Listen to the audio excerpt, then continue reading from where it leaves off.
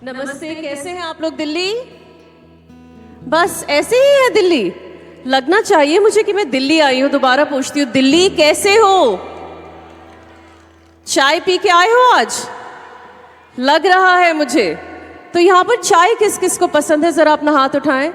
सबको पसंद है। कैसे हो सकता है कि दिल्ली आए हैं और अदरक वाली चाय की बात ना हो? देखिए, मैं अब मुंबई में रहती हूँ, लेकिन मैं मानती हूँ कि दिल्ली का खाना, दिल्ली की चाय और दिल्ली के लोग, ये चीज आपको दुनिया में कहीं नहीं मिलेगी। तो अपने लिए तालियां, अपने शहर के लिए तालियां। तो अब चाय की बात हो ही चली है, तो आपको थोड़ी सी चाय की याद दिला दूं। उससे पहले मैं आप लोगों से कुछ सवाल पूछना चाहती हूँ। पीछे आवाज आ रही है आप लोगों को मेरी? Yes yes, you guys can hear? ठीक है। यहाँ पर कवि सम्मेलन किस किस ने अटेंड किए हैं? हाथ उठाइए। अरे दिल्ली में हूँ, काफी लोगों ने किए होंगे, बहुत बढ़िया। कवि सम्मेलन में हमें कुछ पसंद आता है, हम क्या कहते हैं? वाह वाह वाह। एक बार सब लोग वाह वाह बोल के दिखाएंगे। वाह वाह। ये वाली साइड लग रहा है चाय पी के आई है, पकौड़े भी खाए हैं इन्होंने साथ में, है ना? अच्छा, मुशायरे आप लोगों ने दिल्ली में है, तो ऑब्वियसली अदब की बात यहाँ पे की जाए तो मुशायरा किस किस ने अटेंड किया है? हाथ उठाएंगे। बहुत बढ़िया। मुशायरे में कोई अपनी शेरो शायरी सुनाने वाला होता है, हम क्या कहते हैं? इरशाद। मैं आपको बता रही हूँ, ये वाली साइड ने ना चाय पी है, ना पकौड़े खाए हैं, नाश्ता करना भी भूल गए हैं। तो दोबारा पूछती हूँ, क्या बोलते हैं शेरो शायरी से पहले? बहुत बढ़िया, बहुत बढ़िया। ये वाली साइड बोल के दिखाएंगे एक बार। देखो, वो अभी भी जीत रहे हैं। सही जवाब, इरशाद। और जो हम करते हैं, इसे कहते हैं नए दौर की शायरी। ना ये कवि सम्मेलन है, ना ये शेरो शायरी है, ये थोड़ी रिलेटेबल, रेखता जैसा मिक्स है। अंग्रेजी है, हिंदी है, उर्दू है। ये किस किस ने अटेंड किया है पहले? अरे 1.5 लोगों ने किया है, बहुत बढ़िया। इसमें हम एक चीज करते हैं जिसे कहते हैं स्नैपिंग। एक बार आप लोग स्नैप करके दिखाएंगे? चलिए, अपने लिए तालियां बजाएं। आप लोग बहुत अच्छा कर रहे हैं, तालियां बजाएं जोर से अपने लिए। बहुत बढ़िया। तो देखिए, आज आपको ना तो वाह वाह करने की जरूरत है, ना इरशाद बोलने की, ना स्नैप करने की, ना तालियां बजाने की। सिर्फ एक रूल है आज का। मैं चाहती हूं आप लोगों को ऐसा लगना चाहिए आप लोग अपने लिविंग रूम में बैठे हैं, घर में। बढ़िया अदरक वाली चाय बन रही है, आपके पास आने ही वाली है। I just want you to have fun. आप लोग बैठिए, एंजॉय करिए, और कोई रूल नहीं है आज का। कर लेंगे इतना जी। यहाँ पे देहरादून कौन कौन गया है? कोई गया है देहरादून? बहुत बढ़िया। तो मैं देहरादून की रहने वाली हूँ, वहीं पे पली बड़ी हूँ। और देहरादून में 90s में मौसम बहुत प्यारा हुआ करता था। अब तो देहरादून शहर काफ़ी बदल चुका है। और मैं एक पंजाबी परिवार से हूँ, और हमारे परिवार में हमें सिर्फ एक बहाना चाहिए होता था चाय बनाने का और चाय पीने का। और मेरे घर में चाय हमेशा मेरे पेरेंट्स के बीच एक लव लैंग्वेज होती थी। सुबह की चाय हमेशा मम्मी बनाती थी, शाम की चाय हमेशा पापा बनाते थे। लेकिन कभी कभी हम सुबह स्कूल से उठने के लिए वापस किचन में आते थे तो देखते थे कि चाय पापा बना रहे हैं, तो हम समझ जाते थे कि मम्मी पापा के बीच में कुछ हुआ है। घर में कोई किसी को sorry, thank you, please, I love you नहीं कहता, सिर्फ एक बढ़िया अदरक वाली चाय बना देता है। तो हमारे घर में ये चीज दोनों एक दूसरे को बोलते रहते थे, मम्मी पापा, कि जल्दी आओ, चाय ठंडी हो रही है। तो इस कविता का नाम है चाय ठंडी हो रही है, क्योंकि ठंडी चाय किसी को नहीं पसंद, है ना? एक बहुत प्यारा गाना गाएंगे तन्मय, एक आधा लाइन गाएंगे, आप भी साथ में गुनगुनाइएगा। बेसुरी लोग कितने हैं ऑडियंस में? मैं हूँ बेसुरी। अरे वाह, मेजॉरिटी बेसुरी है। तो बेसुरी लोग और ज्यादा तेज गाइएगा, जोर से आवाज आनी चाहिए, ठीक है? चलिए। फूल सा है खिला आज दिन,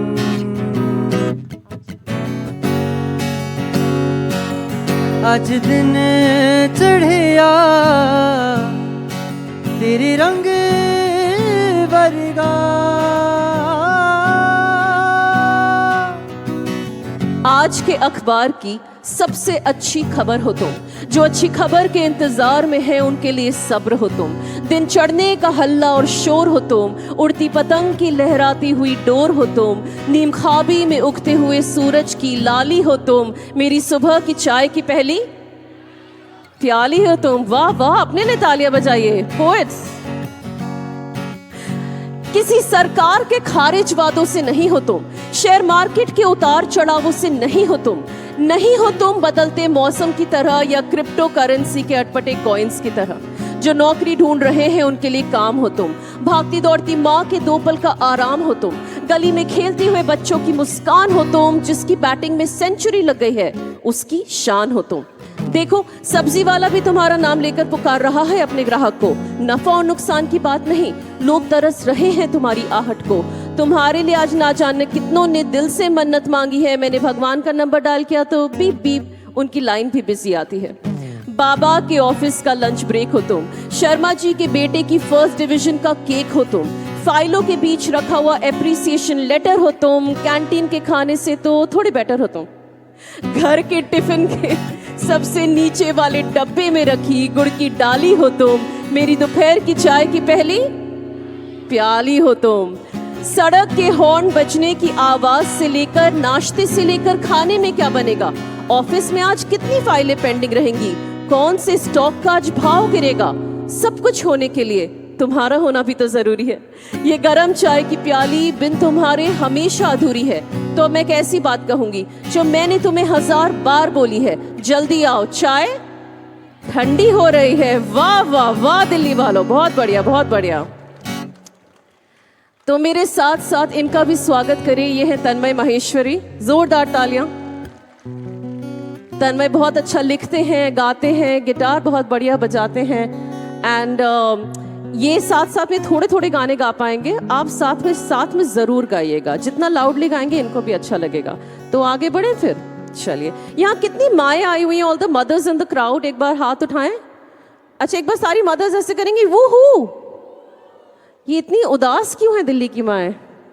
हाँ वेरी नाइस आंटी, ये हुई ना बात। हाँ मेरी मम्मी भी यहाँ पे होती तो ऐसे ही करती। तो देखिए मैं देहरादून की हूँ, लेकिन मुझे हमेशा लगता था कि देहरादून शहर बहुत छोटा है और मेरे सपने बहुत बड़े हैं।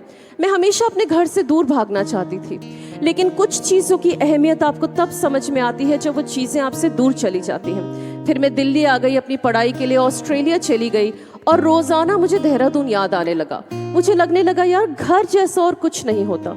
और एक इंसान है जिसके बिना सारे घर अधूरे से लगते हैं, वो इंसान कौन होता है?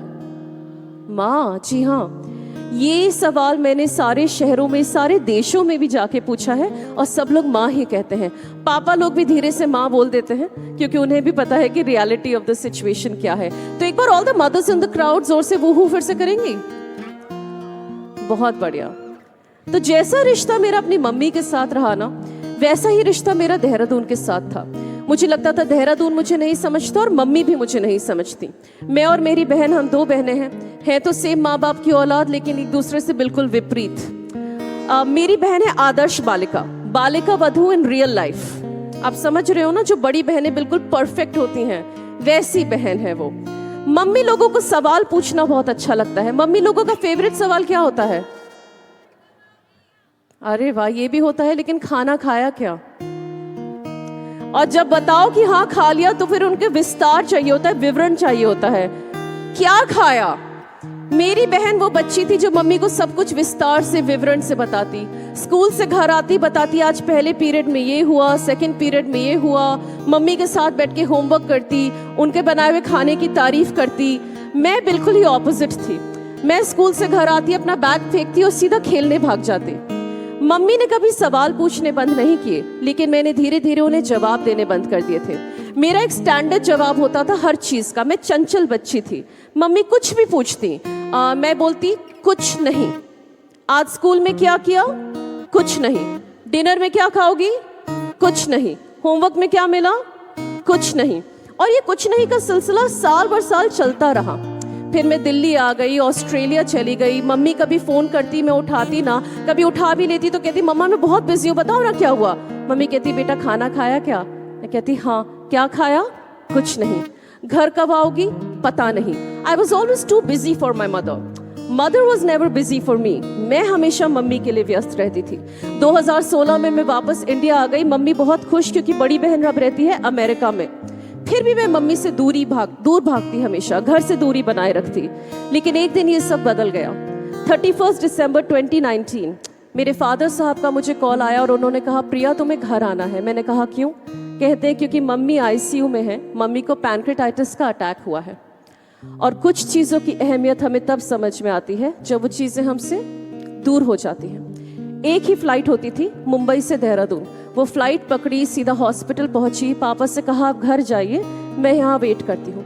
आपको पता है जब आपका कोई पेशेंट आईसीयू में होता है, आप जाकर उनसे सीधा मिल नहीं सकते, आपको इंतजार करना पड़ता है वेटिंग पीरियड का, विजिटिंग आवर्स का। उस पूरी रात, ladies and gentleman, all I wanted is कि मेरी माँ मुझसे कोई सवाल पूछे। उस रात मैं अपनी मम्मी के सारे सवालों के जवाब देने को तैयार थी, विवरण से, विस्तार से, क्योंकि उस रात ऐसा लग रहा था कि मम्मी मुझसे दूर हो जाएंगी। उस रात कुछ बदला हमारे रिश्ते में। ये जो कम्युनिकेशन गैप बढ़ गया था ना इतना ज्यादा, वो रिश्ता कुछ नहीं से सब कुछ तक पहुंच गया। तो अगली कविता मेरी और आप सबकी मम्मी के लिए है, क्योंकि मम्मी के बिना कुछ नहीं हो पाता है। तो चलिए करते हैं। लुका छुपी बहुत हुई, सामने आ जाना, कहाँ कहाँ ढूंढा तुम्हें, थक गई है अब तेरी माँ। मैं भागकर स्कूल से आती, बैग फेंकती और हक से पूछती आज खाने में क्या बना है, और तुम स्टील की प्लेट पर चम्मच और कटोरी लिए घर के खाने को ऐसे सजाती जैसे कोई पूजा का थाल। और मैं बिना देखे, बिना सोचे, बिना खाने की तारीफ किए टीवी का रिमोट हाथ में लिए खाना खा लेती, लेकिन तुम्हारे सारे सवालों का अटपटा सा जवाब देती। आज स्कूल में क्या किया? कुछ नहीं। होमवर्क में क्या मिला? कुछ नहीं। डिनर में क्या खाओगी? कुछ नहीं। और तुम कुछ नहीं कहकर माँ मेरी उन सब जरूरतों का ख्याल रखती जिनके बारे में मैंने तो कुछ नहीं सोचा था। कुछ नहीं में माँ तुम इतना सब कुछ कैसे कर जाती थी। आज जब मेरे पास सब कुछ है, आज जब मेरे पास सब कुछ है, तो यही सोचती हूँ कि तुम्हारे जाने के बाद कुछ नहीं रह जाएगा, कुछ नहीं कहा जाएगा, कोई भी तो नहीं पूछेगा मुझसे सब कुछ के बारे में। सो थैंक यू माँ।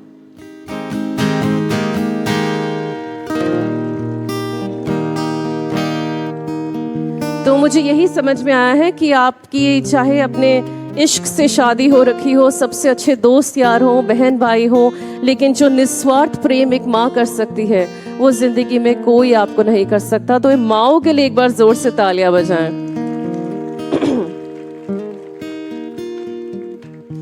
तो चलिए अब थोड़ा हंस खेल ले। सबने अपनी मम्मा को याद कर लिया, ठीक है। प्यार और इश्क में क्या फर्क होता है बताइए?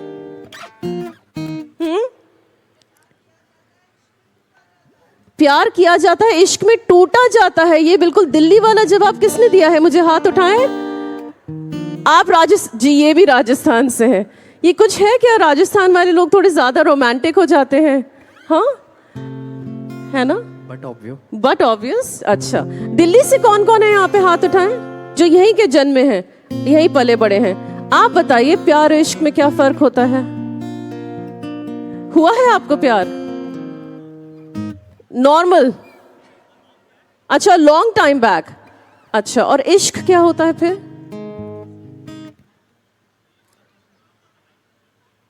आपकी आवाज नहीं आ रही है मुझे, जोर से चिल्ला के बोल दीजिए, दिल्ली में हैं हम। कर नहीं पाया मैं, बट वेट कर रहा हूँ कि अगर आप बताएं तो ज्यादा अच्छा रहेगा। अच्छा मैं बताऊं? सर आप बताइए जी, इनके पास माइक लेके जाएंगे।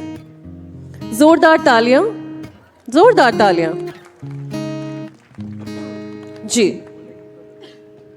प्यार, हेलो जी, प्यार किसी से भी हो सकता है। एक फूल से हो सकता है, एक पेड़ से हो सकता है, एक हवा से हो सकता है, एक मंदिर से हो सकता है। इश्क बहुत किसी खास से होता है। अरे वाह, जोरदार तालियां, बिल्कुल सही जवाब दिया है आपने।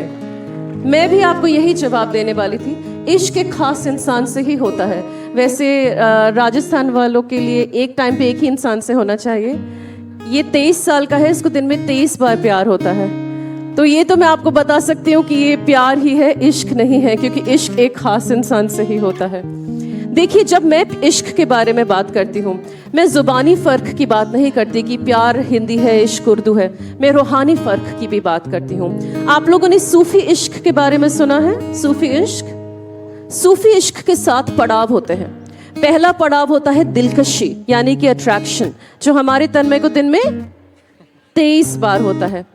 दूसरा पड़ाव होता है उन्स। उन्स मतलब इन्फैचुएशन, जो आप सबकी मम्मी आपको बोलेंगी जब उन्हें पहली बार पता चलेगा कि आपको प्रेम हुआ है। वो कहेंगी बेटा it is not love, it is infatuation. तीसरा पड़ाव होता है अकीदत, विच मीन्स ट्रस्ट। चौथा पड़ाव होता है मोहब्बत, प्यार। जिस नाम से कहो प्यारा ही लगता है, लेकिन जब देखना हो सूफी इश्क का चांद तो उसमें इबादत का तारा भी लगता है। अगला पड़ाव इबादत होता है, वर्शिप।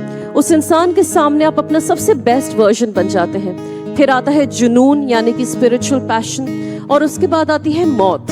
इसका ये मतलब नहीं कि आप मर जाएं या वो मर जाएं। इसका ये मतलब होता है कि आपके अंदर की जो खुदी होती है, आपके अंदर का मैं होता है, वो अपने आप मर जाता है। आप मैं से हम तक का सफर पूरा कर लेते हैं, और जब ये सातों पड़ाव पूरे हो जाएं तो आप समझ लीजिए ये प्यार नहीं इश्क है। तो ये जो अगली कविता है ये प्यार और इश्क के फर्क को समझाती है। और चलिए हम लोग बात करते हैं। होश वालों को खबर क्या, बेखुदी क्या चीज है। इश्क कीजिए फिर समझिए, इश्क कीजिए फिर समझिए, जिंदगी क्या चीज है। अब मैं कुछ स्टेटमेंट्स बोलूंगी और आप लोगों को बोलना है प्यार है, ठीक है? ये वाली साइड बोल के दिखाएं, प्यार है। हाँ लग रहा है प्यार ही है, इश्क नहीं लग रहा है। ये वाली साइड बोल के दिखाएं, प्यार है। देख रहे हैं आप, लेकिन सब साथ में बोलिएगा। नजरों का मिलना प्यार है, दिल का धड़कना प्यार है, कलियों का फूल बन जाना प्यार है, फूल का पत्तियों की तरफ रुझान प्यार है, पत्तियों का सूरज की रोशनी पर ध्यान प्यार है, फोटोसिंथेसिस है। सोचिए, सूरज को खुद में समेटता हुआ आसमान प्यार है, लेकिन किसी तारे का टूटकर इसलिए गिरना क्योंकि वो धरती से एक बार सिर्फ मिलना चाहता है। किसी चांद का बादलों में इसलिए घिरना क्योंकि वो बादलों को गले लगाना चाहता है। किसी नदी का अपने आप ही सूख जाना क्योंकि वो उस जानवर से प्यार कर बैठी जो तैर नहीं सकता। किसी मछली का अपने आप ही जाल में फंस जाना क्योंकि वो जानती है कि मछुआरा भूख सह नहीं सकता। उस मछुआरे का उस मछली को वापस नदी में डाल देना क्योंकि वो उसे तड़पता हुआ देख नहीं पाया। किसी इंसान का जो नदी के पुल के उस पार खड़े ये सब कुछ देख रहा था, डूबने का इरादा छोड़कर वापस अपने घर की तरफ मुड़ जाना। वापस आए उस व्यक्ति को देख उसके प्रेमी का उसे एक बार फिर गले लगाना इश्क है, इश्क है, इश्क है। हाँ बचा सकते हैं।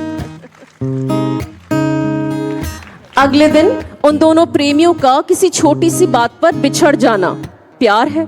बिछड़ते ही फिर कभी एक दूसरे से ना मिलने की कसम खाना प्यार है। टूटे हुए दिल को पूरा समझ जाना और खाना ना खाना प्यार है। जाने वाले उस व्यक्ति को बार बार बस वापस बुलाना प्यार है। और अगर वो वापस आ जाए तो रोजाना उस पर अपनी जीत का हक जमाना प्यार है। लेकिन मरने के बाद भी अमृता प्रीतम की तरह उससे फिर मिलने की आस लगाना, अपने सपने, इच्छाओं और अपेक्षाओं को कायनात पे छोड़ पाना, ना उसे पाने की कोशिश, ना उसे हासिल करने का उत्साह, भरोसा इस बात पर कि जो तेरा है वो किसी और का हो नहीं सकता, और अगर किसी और का हो भी जाए तो उसके खुश रहने की दुआ करना। दुआ से भी ज्यादा सब्र, शुक्र और तवक्कुल को अपने हृदय में रखना। ऊपर वाले ने जो राह बनाई है उस पर आंखें मूंद कर, दिल पर हाथ रख कर बस आगे की तरफ बढ़ते जाना इश्क है, इश्क है, इश्क है। प्यार रास्ता है, प्यार रास्ता है, इश्क मुकाम है। होश वालों को क्या खबर कि इसमें फर्क क्या होता है। सही लिखा है निदा फाजली जी ने। होश वालों को क्या खबर कि इसमें फर्क क्या होता है, इसीलिए वो इश्क के रास्तों में गुमनाम है, इसीलिए वो इश्क के रास्तों में गुमनाम है। बहुत शुक्रिया। देखिए, जाने से पहले एक ऐसा दशक है जो मुझे बेहद पसंद है, और वो है हमारा 90s का दशक। आप में से कौन कौन 90s चाइल्ड है? अरे वाह, काफी सारे हम, है ना। 90s के घर कैसे होते थे, याद है आपको? कैसे होते थे? बताओ? बहुत क्लोज नेट फैमिली। मैं अगर पोएटिक अंदाज में कहूं तो घर घर जैसे होते थे। आजकल के घर हमारे होटल जैसे हो गए हैं। आजकल के घरों में बिल्कुल परफेक्शन हो गया, कहीं शैंडलियर लगा होता है, गोल्डन गोल्डन लगा होता है, मार्बल पहले जमीन पे होता था, मार्बल के डाइनिंग टेबल हो गए हैं। 90s के दौर में हमें चिंता नहीं होती थी अगर हमारा घर परफेक्ट नहीं है, कहीं से सीलन आ रही है, पेंट उखड़ा हुआ है, कोई बात नहीं, मेहमान फिर भी कभी भी आ जाते थे। घर में हमेशा चाय बिस्किट नमकीन होता था। कोई मेहमान ज्यादा पसंद होता था तो पकौड़े भी समोसे भी खिला दिया करते थे। 90s का दौर था सिंप्लिसिटी का दौर, जो आजकल की दुनिया में नहीं है। 2026 में सबसे मुश्किल है आसान होना, जिंदगी में, अपने जीवन शैली में, अपने रिश्तों में। लेकिन मुझे आज भी 90s बहुत याद आता है, और ये अगली कविता 1999 के बारे में है, जब मुझे जिंदगी में पहली बार प्रेम हुआ था। इस कविता मैं 7th क्लास में थी। इस कविता का नाम है मैं 2026 में 1999 ढूंढ रही हूँ। तो चलिए, let's do this.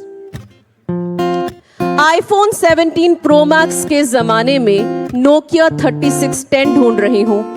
Soy milk coffee के जमाने में सिर्फ एक अदरक वाली चाय ढूंढ रही हूँ।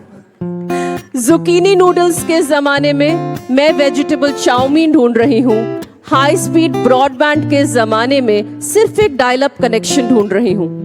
इंस्टाग्राम स्टोरीज के जमाने में कहानियां सुनने और सुनाने वाला ढूंढ रही हूं। मैं 2026 में 1999 ढूंढ रही हूं। जिसे नेटफ्लिक्स का क्रेज ना होकर श्रीमान श्रीमती का चस्का हो, जो फैट फ्री आमंड बटर ना होकर फ्रेश पाव पे लगा मस्का हो, जो सिर्फ कीटो डाइट में नहीं रोटी दाल चावल में भी विश्वास रखता हो, जो सिर्फ अरमानी और गुची में नहीं सादे कपड़ों में भी खास लगता हो, जिसे मेरी स्वतंत्रता पे काबू नहीं मेरे दिल में जगह बनानी हो, जिसे सिर्फ हवाए नफ्स की परवाह नहीं मेरी खैरोएफियत की बेचैनी हो, जिसे ना डर लगे मेरी साड़ी से ना खौफ हो मेरे मिनी स्कर्ट का, जो सिर्फ वाकिफ ही नहीं लेकिन अकीदा भी करे मेरे फेमिनिज्म की सभी दलीलों का, जिसे ना मेरी कमिटमेंट से डर लगे ना स्पेस मांगने की जरूरत पड़े, जिसे कुर्ब की तशनगी हो, जो मोहब्बत को शिद्दत से करे। नो स्ट्रिंग्स अटैच्ड की इस दुनिया में रगबत का कालीन बुनने वाला ढूंढ रही हूँ। माई प्लेस और योर प्लेस की इस दुनिया में अपने नशे मन को मेरे आगोश में ढूंढने वाला ढूंढ रही हूँ। मैं 2026 में 1999 ढूंढ रही हूँ। मैं 2026 में 1999 ढूंढ रही हूँ। कैजुअल डेटिंग के जमाने में हाथ पकड़ने वाला भी ढूंढ रही हूँ। सनरूफ के जमाने में, आपको याद है पुराने घरों में परछत्तियां हुआ करती थी, सनरूफ के जमाने में परछत्ती पे चढ़ के बैठने वाला ढूंढ रही हूँ। मैं 2026 में 1999 ढूंढ रही हूँ। मैं 2026 में 1999 ढूंढ रही हूँ। दिल्ली के ऑडियंस, काश आप लोग मुझे 1998 में मिल जाते। बहुत बहुत शुक्रिया। मेरा नाम है प्रिया मलिक, ये है तन्मय माहेश्वरी। बहुत अच्छा लगा आपको थोड़ी सी कविताएं सुनाकर। Thank you so much for having me. बहुत शुक्रिया।